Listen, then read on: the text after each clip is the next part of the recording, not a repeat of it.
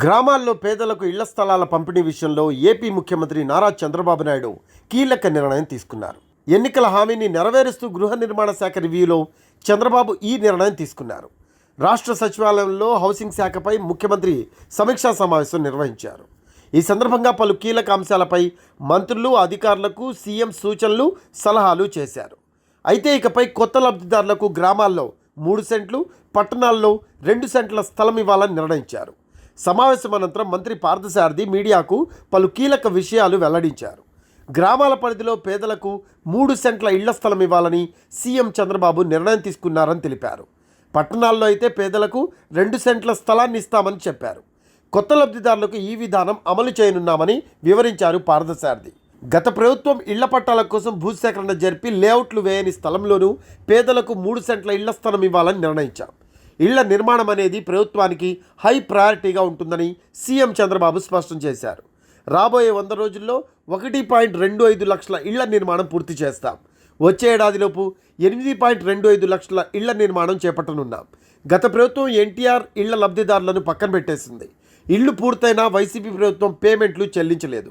ఇలాంటి బాధిత లబ్ధిదారులకు చెల్లింపులు జరపాలని చంద్రబాబు ఆదేశించారు. మధ్యతరగతి ప్రజలకు ఎంఐజీ లేఅవుట్లని ఏర్పాటు చేస్తామని పార్థసారథి చెప్పారు. ఇక జర్నలిస్టులకు ఇళ్ల నిర్మాణం చేపట్టి తక్కువ ధరలకు ఇళ్లను నిర్మించి ఇస్తాం. పోలవరం R&R కింద ఇళ్ల నిర్మాణాన్ని గృహ నిర్మాణ శాఖకు అప్పగించాలనే అంశంపై చర్చ జరిగింది. ఇప్పటికే ప్రారంభించిన ఇళ్లను పూర్తి చేస్తాం. జగన్ ప్రభుత్వం ఇళ్ల స్థలాలు ఇచ్చి మౌలిక సదుపాయాలను కల్పించలేదు. మా ప్రభుత్వంలో మౌలిక సదుపాయాలు కల్పిస్తాం. వైసీపీ ప్రభుత్వ నిర్వాహకం వల్ల ఒక్క హౌసింగ్ శాఖలోనే 10,000 కోట్ల మేర నష్టం వాటిల్లింది. ఎస్సీ, ఎస్టీలకు ఎలాంటి ప్రత్యేకతలు లేకుండా గత ప్రభుత్వం ఇళ్ల నిర్మాణం చేపట్టింది. 2014 నుంచి 2019 మధ్య కాలంలో 4.5 లక్షల మందికి రాష్ట్ర నిధులతో ఇళ్ల నిర్మాణం చేపట్టాం అని పార్థసారథి పేర్కొన్నారు.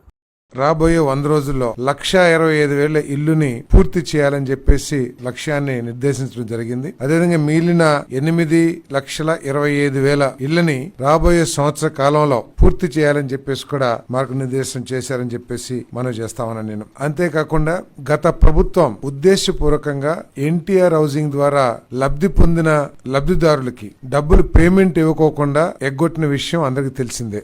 5 సంవత్సరాల నుంచి కూడా ఆ పేదవాళ్ళందరూ కూడా తీవ్ర ఇబ్బందులు పడతా ఉన్న విషయం అందరికీ తెలిసిందే. ఏ ప్రభుత్వం అయినా సరే గత ప్రభుత్వం చేసిన మంచి కార్యక్రమాలని కొనసాగించాల్సిన నైతిక బాధ్యత ఉన్నప్పటికీ కూడా కేవలం కక్షపూరితంగా తెలుగుదేశం ప్రభుత్వం శాంక్షన్ చేసిన ఇల్లు కాబట్టి వాళ్ళకి ఇవ్వకూడదనే ఏకైక ఉద్దేశంతో ఇల్లు పూర్తి చేసిన వాళ్ళకు కూడా డబ్బులు ఇవ్వకోకుండా నిర్లక్ష్యం చేసిన విషయం మనందరికీ తెలిసిందే. మరి ఈ రోజు ముఖ్యమంత్రి గారు వారందరికీ కూడా పేమెంట్ ఇవ్వమని చెప్పేసి ఆదేశాలు ఇవ్వడం జరిగిందని చెప్పేసి కూడా తెలియజేస్తా ఉన్నాను. అదేవిధంగా ఇప్పుడు ఏదైతే హౌసింగ్ ప్రోగ్రామ్ జరుగుతుందో వాటి మీద ఎంక్వైరీ వేసి ఎక్కడైనా సరే అనర్హులైన లబ్ధిదారులు ఉన్నారా, తర్వాత మోడర్న్ టెక్నాలజీస్ వినియోగించుకుని నిర్మాణంలో ఏమన్నా లోపాలు ఉన్నాయా, పేదవాడికి నష్టం జరగకోకుండా అన్ని విషయాలను కూడా పరిశీలించమని చెప్పేసి కూడా ఆదేశించడం జరిగిందని చెప్పేసి నేను మనవి చేస్తా ఉన్నాను.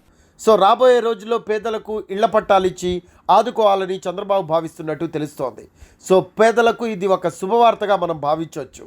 చూడాలి మరి రాబోయే రోజుల్లో ఎటువంటి నిర్ణయాలు ఉంటాయో, ఎలా పేదలకు డిస్ట్రిబ్యూట్ చేస్తారో అంటున్నారు రాజకీయ విశ్లేషకులు.